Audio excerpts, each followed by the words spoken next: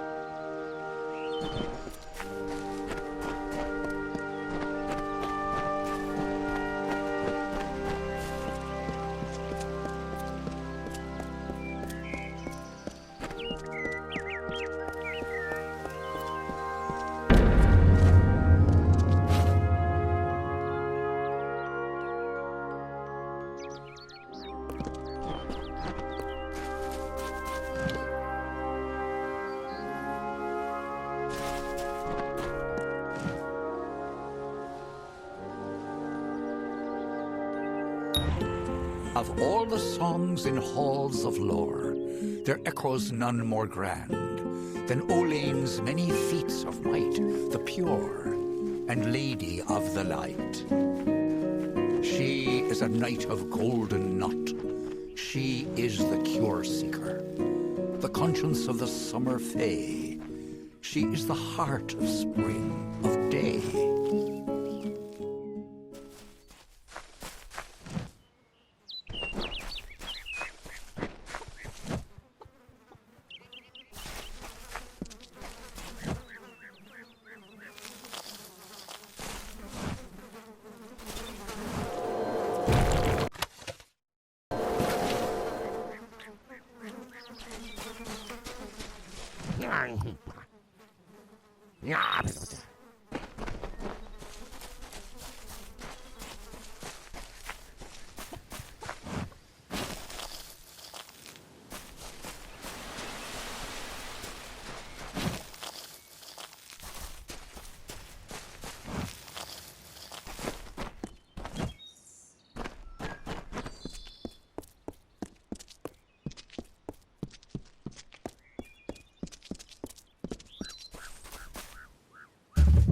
Everyone just stand back. The warden can't work when you're crowding so close.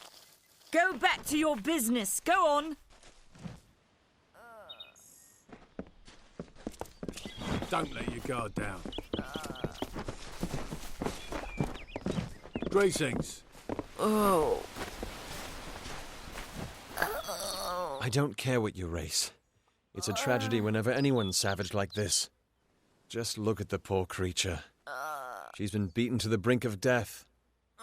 The Fae may be strange, but they certainly don't deserve this. Oh. It appears she was attacked with some manner of short blade, likely a dagger, although there's no way I can be sure. People simply stood by as she called for help. No one lifted a finger. Can you imagine? It's shameful to treat another in such a way, even if she is a fae. I don't know whether we possess the knowledge to treat such a wound. Frankly, I don't even know if I could save a mortal with such grievous wounds. It's difficult to say. We've been plagued by the Red Legion for days, but it's not their way to go after the fae in the area. They like their targets mortal.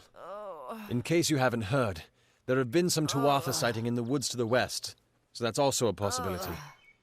It's unlikely, though. Well, you're the only one. With all the troubles we've suffered in this village, people are weary of adversity. They'd rather just ignore it. I'm going to suggest something a bit untraditional. There's a fae named Eri. She spends her days up on the hill overlooking the village. Seek her wisdom.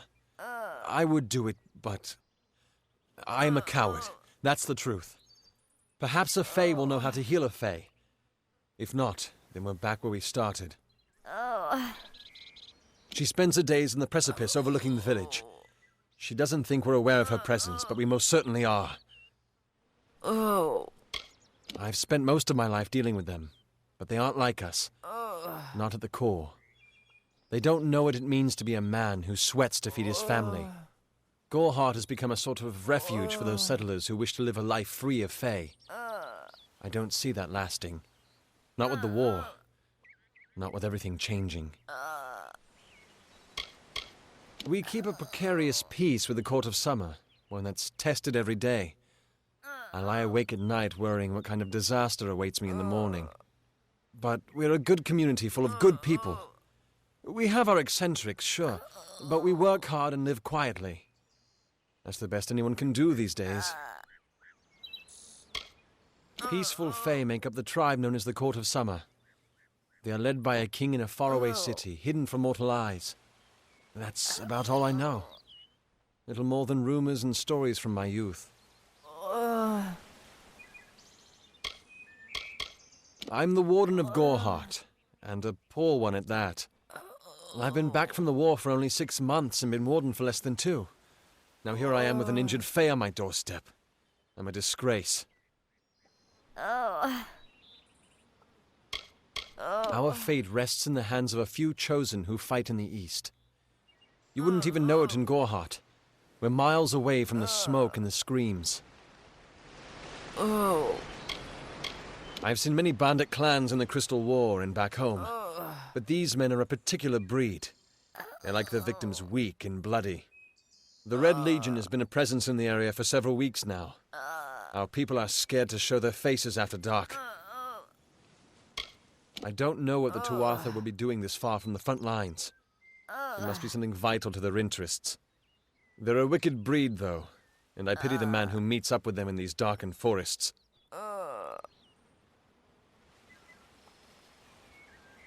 Hope you stay in town.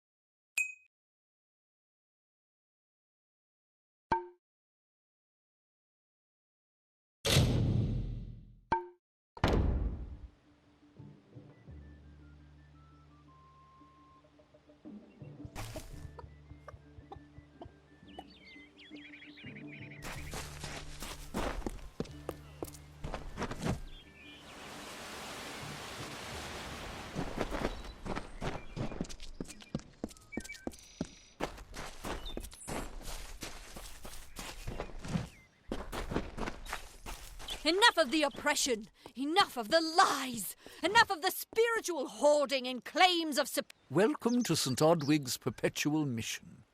I would invite you in, but the Order has been too trusting in the past. We try to learn from our mistakes. Although, one never knows what might be a test of faith.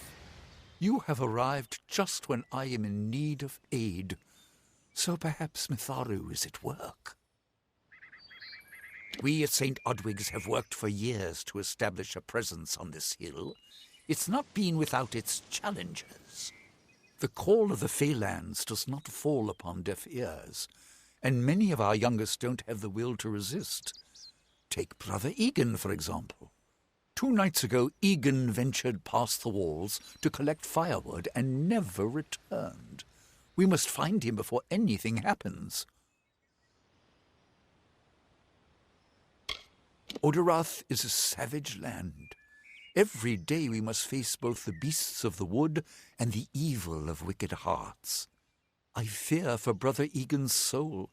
He knows nothing of the world of Fey and Alfar, trust and temptation.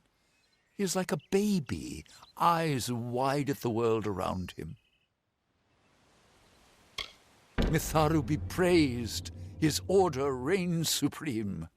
Brother Egan was last seen northeast of here, just off the road near the Fey ruins. Please find him. Perhaps then we can welcome you into the fold with open arms. He is a good boy, but our youngest, and Egan often suffers from doubt. That is to be expected. One can only grow out of conflict, especially conflict of the spirit. I tried my best to comfort him and tell him that wisdom would come in time, but he is impatient, rash. He wanted a faster way to enlightenment and power.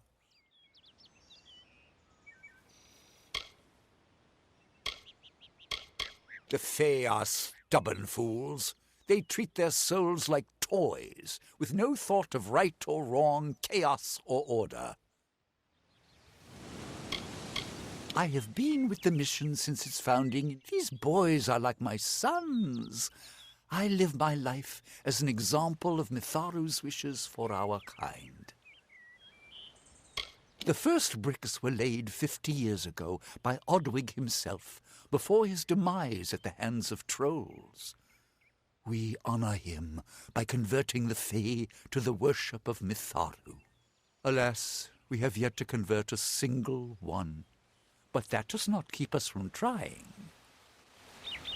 Egan was last seen in the woods outside the walls, just north of the village. May Mitharu protect you.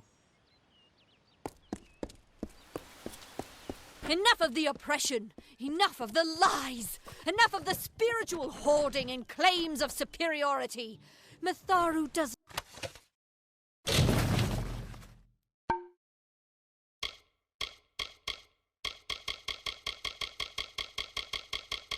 not judge. She loves. Do the half-truths of these wise men exhaust you as they do me? I have listened to their prayers for too long. There are other voices to be heard.